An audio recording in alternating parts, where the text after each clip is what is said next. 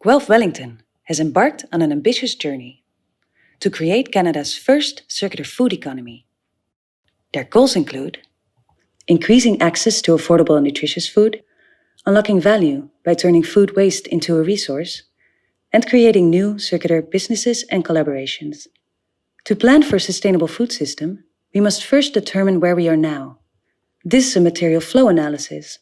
It helps us understand which resources flow into the system, where they end up, and where there is waste.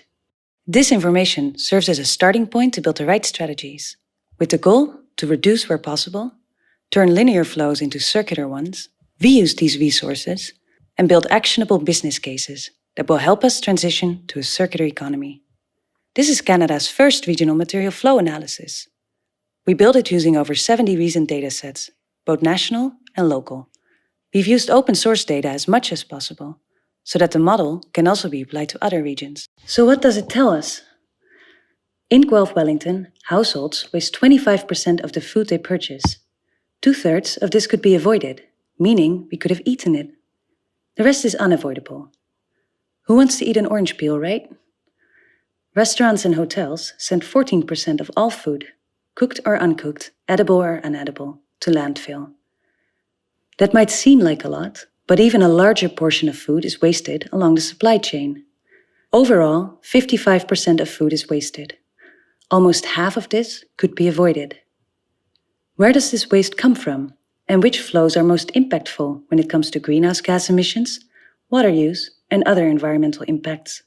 Let's walk through all the way from production to processing, manufacturing, retail, and finally households and hotels. The thickness of lines represents the quantity of food flows. Each color represents a different type of food. Let's start with fruits, vegetables, and cereals. These are the largest consumer flows in the region. As we follow the flows, we see that the lines get thinner. This means that we are losing food along the supply chain. We see large flows of waste coming from storage and packaging, processing, and manufacturing. The storing and packaging phases account for most of the loss. Over 35% is avoidable. But what kind of products are we talking about? Zooming in on storage and packaging, we can identify the types of food. We see that there are large quantities of fruits, cereals, and starchy roots, which are wasted and could be avoided. This provides a good initial understanding. However, if we want to severely limit the impact of the food system, we have to look beyond the volume of food and include its impacts. Globally, food production is responsible for 26% of all greenhouse gas emissions, not to mention the water used, the land needed to grow crops, and soil degradation from intensive farming, all of which is stressing our natural systems. Since the majority of food consumed in Guelph Wellington is produced elsewhere, these impacts are not always visible. What does this mean for Guelph Wellington? Although meat, eggs, and milk and other dairy products are small flows in the regional supply chain, we see that there are large impacts associated with them, while fruits, although identified as a large waste flow, are related to only 5% of all emissions. What we do know is that when high-impact foods are wasted, so are the emissions and other impacts they produced.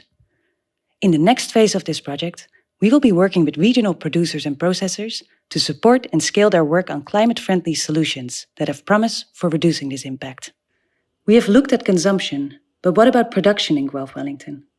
Can the region be self-sufficient? Well, that depends on the crop and food types. We see that the region produces double the amount of wheat that is consumed, and enough dairy is produced to meet half of the region's needs. However, high quantities of fruits and vegetables are imported. With this vital information, our food future and its local stakeholders will develop strategies to reduce food waste and environmental impacts on our supply chains, as well as finding opportunities for high-value reuse of unavoidable food waste and other resource flows. To learn more about this initiative, visit foodfuture.ca.